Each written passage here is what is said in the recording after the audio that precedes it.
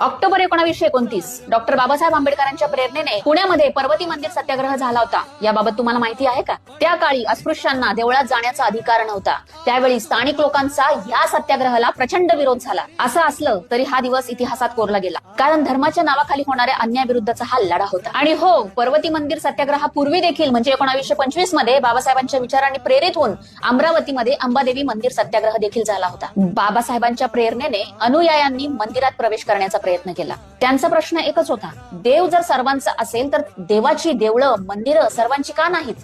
हा लढा छोटा होता, पण पुढच्या मोठ्या आंदोलनाचा पाया ठरला.